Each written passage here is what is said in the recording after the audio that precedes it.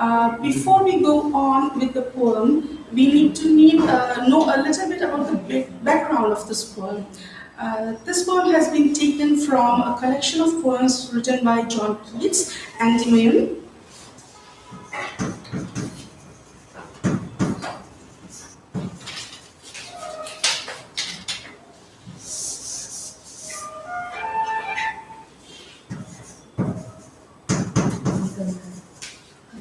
Endymion is the collection of poems written by John Keats, and it talks about a Greek legend in which there is a boy named Endymion. He is a shepherd, a prince, and he gets a vision of the moon goddess Cynthia. Having that vision, he falls in love with her, and then he takes off on an endeavor to search for her.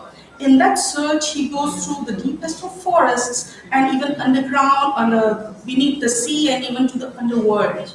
Right? So this poem is actually his narration to his sister before departing on that voyage to find his true love.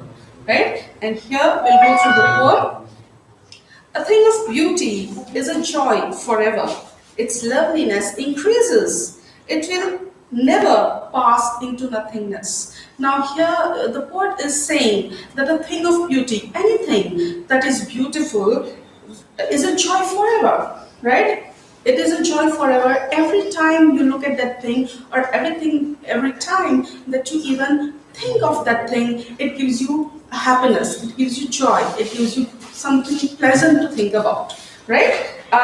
Its loveliness increases, it will never pass into nothingness. So what the poet is trying to say over here is that a thing of beauty, no matter how old it is, how ancient it is. For example, you can think of a painting, or you can think of an ancient artifact, right? An antique thing. The more it becomes old and ancient, actually its value increases rather than decreases, right? So a thing of beauty never goes on to become nothing, but will keep a bower quiet for us, and a sleep full of sweet dreams and health and quiet breathing. So a thing of beauty does not turn into nothingness, instead, but will keep a bower quiet for us, a bower.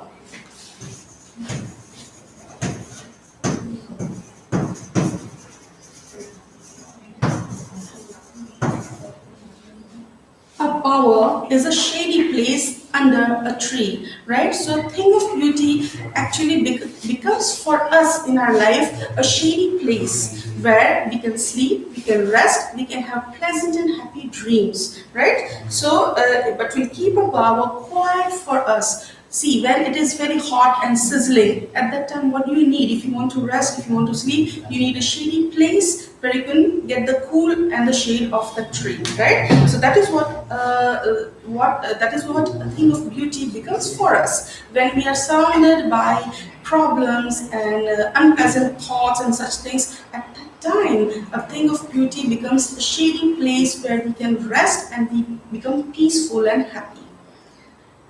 Therefore, on every morrow, we are reading a flowery band to bind us to the earth.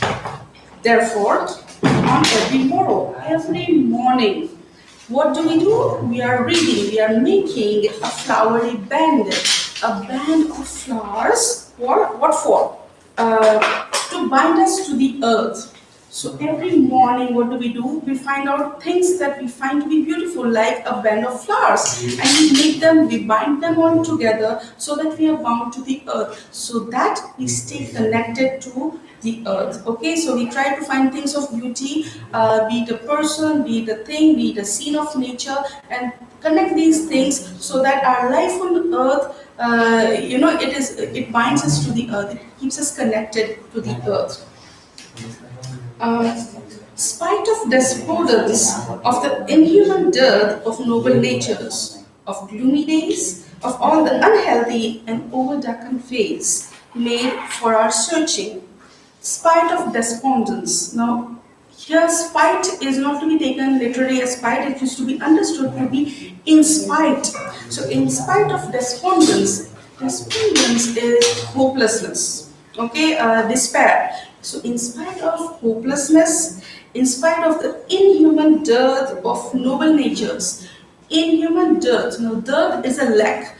Lack of what? Lack of noble natures. That means, see, human beings are supposed to be in the most intelligent and as well as the most noble of creatures. But often, in our endeavor, in our search for attaining our goals, we in our search for attaining goals, we often forget.